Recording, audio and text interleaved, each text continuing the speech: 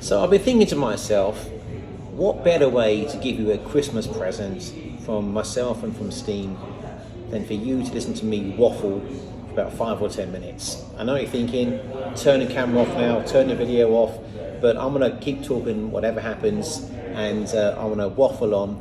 I wouldn't quite call it a Steam podcast, I would probably call it a Steam waffle.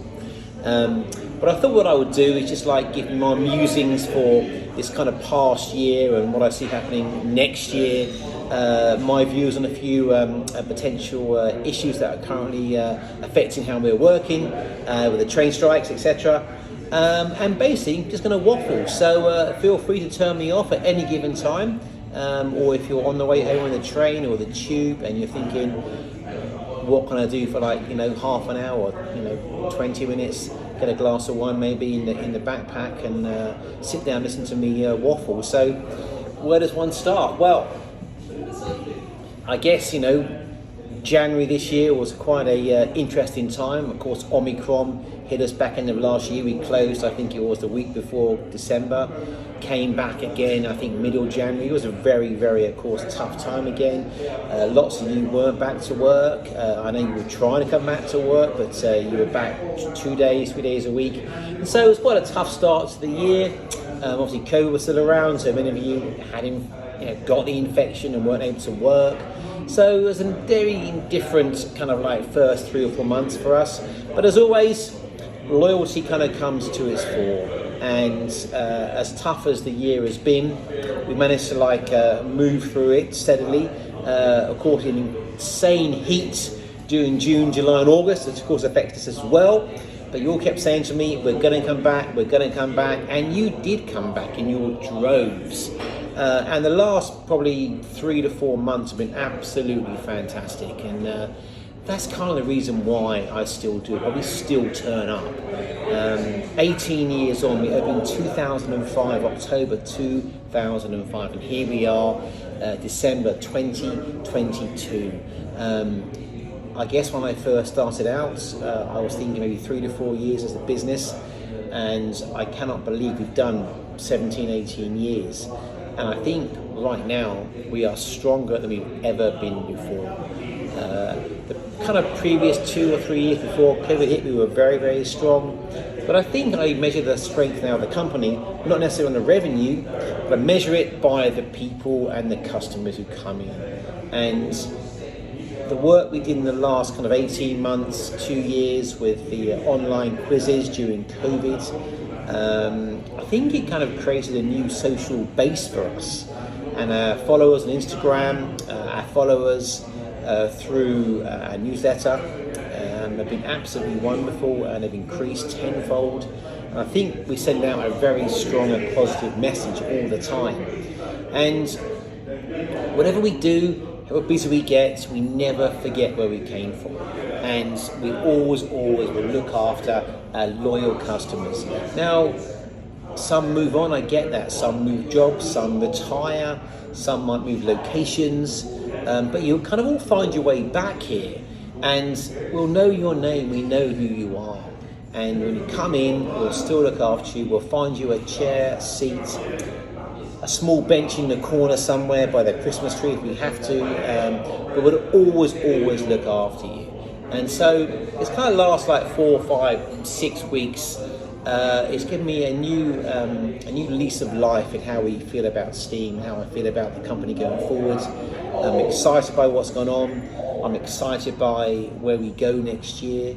The bookings lined up for next year are very, very busy. We have lots of quiz nights, as you well know, lots of lunches, lots of sports lunches and dinners as always, with the usual kind of Cheltenham as well in March. And of course look forward to the Ashes in the summer and the Rugby World Cup, September, October. So it's going to be a pretty good year next year, providing there's no more interruptions. And the one thing I've been looking to do this year is have a sustained run of business. We've been close many times. Of course, COVID was a killer, that was an initial issue. Summertime has been quite tough for us being downstairs naturally. And of course the train strikes have been a big issue to us as well. I'm not going to start siding with who's right and who's wrong with the train strikes. They are what they are. But as a business trying to operate and run, it's tough, it's hard. I'm filming this, of course, a week before it goes out, actually. I sit here on, it's actually Tuesday today, it's the 13th of December, as I film this. And we've come off the back of 4 incredible weeks where we've done so many covers. And today we did 2 people, so it's quite tough, and it's quite hard to kind of keep the motivation going. So occasionally we have down moments, but we return and we come back. And train strikes or not, we won't let these outside issues defeat us. We'll keep working. We'll keep trying to improve, and we'll keep trying to bring you new things to kind of come down and watch, whether it's a 80s disco night, a sports lunch, regular lunch, a quiz night, a comedy night, and the outpouring of feedback and comments that we get, whether it's through LinkedIn, the newsletter, through talking to us. Sometimes it's you don't realise maybe what you are. And we've been called quite a few things, most things quite nice in 18 years, but I get told more than once that we're an institution, and I feel quite proud that we are. I know we can't stay here forever. Unsurprisingly, I'm not getting any younger, but it's nice to know that we've left a mark on the city. And however long we're still here for, a year, 2 years, 5 years, whatever it might be, I think we'll leave behind a great legacy. And kind of on that legacy note, I know there's lots of other bars and restaurants who have found it hard this year. Many have closed. Many have closed because of landlord issues or issues with bills. I have to kind of say, from our point of view, our landlord's been fantastic. And they've been supportive. They talk to us, we talk to them. It's not been easy. Not at all, but they understand where we are, they understand what we're doing and what we're trying to achieve. And so for me, with the landlord, they get a bad rap sometimes, but for me they don't. They've been absolutely wonderful, and without their support we would not be here, I can guarantee that. And the support that we got from the government, from the City of London, again, was absolutely wonderful. Even the VAT man helps out a little bit as well. So all in all, everyone has worked together, and we are still here today because of the support that we've got from outside. But of course, the main reason we're still here is because of you. And you turn up and you come down and you listen to me talk rubbish during lunch or during sports events. And my jokes aren't great, they don't get any better, but you still come back and you know our names, we know your names. And we, of course, are thankful for that, and we look forward to a great year next year. Kind of one thing that's obviously we are known for is our sports lunch and dinners, and they have been wonderful this year. When we came back in May of 2021, I kind of changed the approach slightly, how we were doing them, what kind of questions we were asking, the research into them as well, the guests we were getting, and how many we were doing. And we used to do about maybe kind of 5 to 6 a year. I think last year we did about 24 last year. This year we've done 22, and next year we'll do at least 25 next year, and the names have been absolutely brilliant.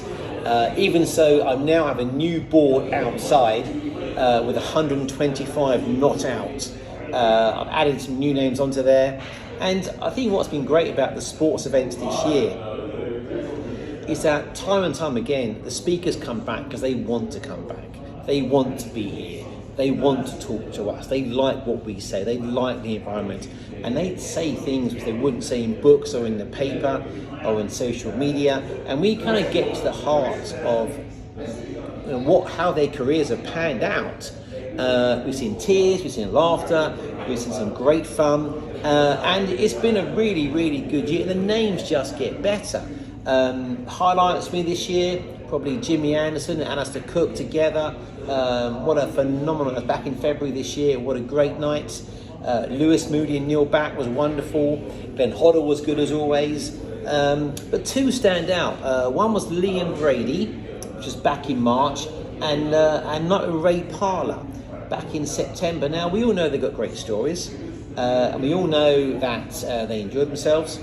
But what they do is they come down early and they talk to the customers or the guests, and they stay afterwards. And you can't buy that. And both Liam and Ray, on separate occasions, they were still here when I went home. So they got here at 12, and I think Liam Brady was the last person out of here about 10:30 on a Friday night, and I think Ray was about 9:30, and they just talk to customers, and they're just genuine, honest people, and that's why the events work so well. So we are looking forward to a great year next year. We come back in February with Ray again and Alan Brazil twice. We go to New Zealand with the Hacker and Andrew Mertens, and I'm looking forward to that immensely. Where it all began, Mike Gatting, Graham Gooch. Gat was the first person down here in 2005. I'm bringing Gatting back, sold out, looking forward to that. Mick Fitzgerald will be here, of course, as always, for Cheltenham. We've got Pat Nevin and Graham Masson, Norman Whiteside and Peter Reid, Jesse Robinson, Stuart Broad, and the biggest one we have for this year, yes, I know, it's me. I know, I can't believe it. I'm going to speak on the 31st of March. The event has already sold out. I'm going to talk about all things in my career, from starting out in LA and Hollywood in the industry, to working for Ken Bates at Chelsea, for Conran on the Kings Road with the Bluebird, to working here by myself, to owning this company, to meeting all the kind of sports people, how it happened, the good ones, the not so good ones, the controversies, how they all work, how I researched them, what I asked them, why I asked them. So that's going to be an awesomely good lunch on the 31st of March, and I can't believe it's sold out. But that just kind of shows the true testimony of our client base and what you value. And you value loyalty like we value. You value respect, and we value that as well. And we'll never get away from the fact that you did come as customers. You are friends, but you've gone further than being friends now as well. We know we absolutely love that you come down here. Without you, there is no Steam. End of story. The same thing for the engine room here with the staff. I know I'm the face, I know I stand here and putting all the glory, but without them it doesn't work. They make it happen. I might pull the strings, but they make it happen. So will be good lunch. I said looking forward to a stellar year. We are very busy starting next year. Exciting times. And I hope that 2023 will be the first year we can get through without any major stoppages, controversies, train strikes, hopefully no more COVID, and do a proper year's business. So if you're still listening, congratulations. You owe yourself a large drambuie, a large port, something to drink quickly and cold, to drown out my voice for the last 10 minutes. I wish you all a wonderful Christmas. I wish your families a great Christmas and a new year. We hope you'll be back on the 3rd of January, but I just don't know right now the train strike, so they go ahead back on the 10th of January. But have a great Christmas, have a great new year. Thank you for listening. I look forward to seeing you in 2023. Thank you.